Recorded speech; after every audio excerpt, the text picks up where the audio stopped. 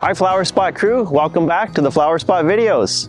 Today I'm going to show you how to start a garden. If you're new to the world or if you just need some advice, some tips, vegetable gardens, flower gardens, what you need to know.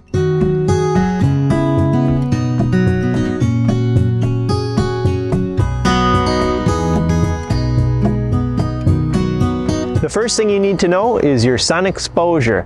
What sort of exposure do you get on your beds? Look at them in the morning, see where the sun comes up, and see where the sun goes down at the end of the day. That's going to make all the difference. That'll depend on what you put in your gardens. Whether you're going to do tomatoes and peppers or whether you're going to choose more leaf crops like lettuce that prefer shade. Same with your annuals and your perennials, your flowers. There's many flowers for different applications. That's the first question I'll ask you when you come in the garden center looking for a specific plant. So what's your sun exposure? That's very important. Soil and drainage, the media that your plants are going to be growing in. That's your second most important task. You need to dig down and see what you're dealing with. If they're beds, you're going to want them nice and fluffy. You're going to want something that's going to hold the moisture, yet supply drainage at the same time. And then of course you're going to want to compost every year. Add manures or your garden compost or fertilizer to your beds to add the nutrients that have been depleted year after year. In these raised beds here, I've grown tomatoes and peppers. I've added in sea soil as well as a tomato and vegetable granular fertilizer, which I broadcasted through the beds. This will rejuvenate them. I also like to practice crop rotation as well. I try not to plant the same vegetable in the same bed every year. I rotate them bed to bed. When it comes to your flower beds, of course you don't always have that option where you can amend the beds every year, but I do recommend adding a little bit of fertilizer or top dressing with the compost around your perennials. Choose plants that are going to grow till maturity and have enough room in your beds. Don't plant your tomato plants a foot apart because they're going to grow together and they're going to compete with each other. They're going to block the light, block the sun, and they're not going to do as well as if they're spaced out a little bit more. Same goes with your flowers, your annuals and your perennials. Plant them to maturity, planting them to give them enough room to grow until they're mature and they have no competition with other plants around them.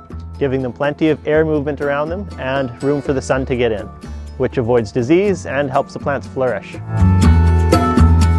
If you have the kind of soil where you don't think you can grow anything, a really sandy soil or a clay soil or a soil where you have failed in the past, it's not completely hopeless. You might just have to amend the beds. Come in and I'll help you decide what you need for your soil, whether it's a compost to thicken up your soil, hold the moisture, add nutrients, or if it's perlite, which will add drainage and aeration, allow your plants to get established. Or maybe you need a soil test kit. Maybe your pH is out of balance, or you have a deficiency of a key nutrient. After your little transplants and your flowers have been planted, watering is the next step. You're going to want to water your plants deep to encourage deep roots. Make sure you soak the soil all the way down. Water them slowly, or come back and water them again. This is very important. When you do water, you can't overwater. You can overwater by watering too consistently, but when you do water, water thoroughly.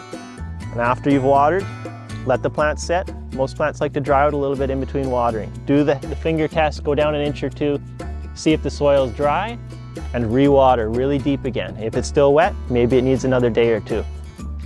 You can do what I've done here, is I have the no water, no work garden beds. I put in these drip lines here. I set them up to a timer, and I check on them weekly to make sure the timing is right.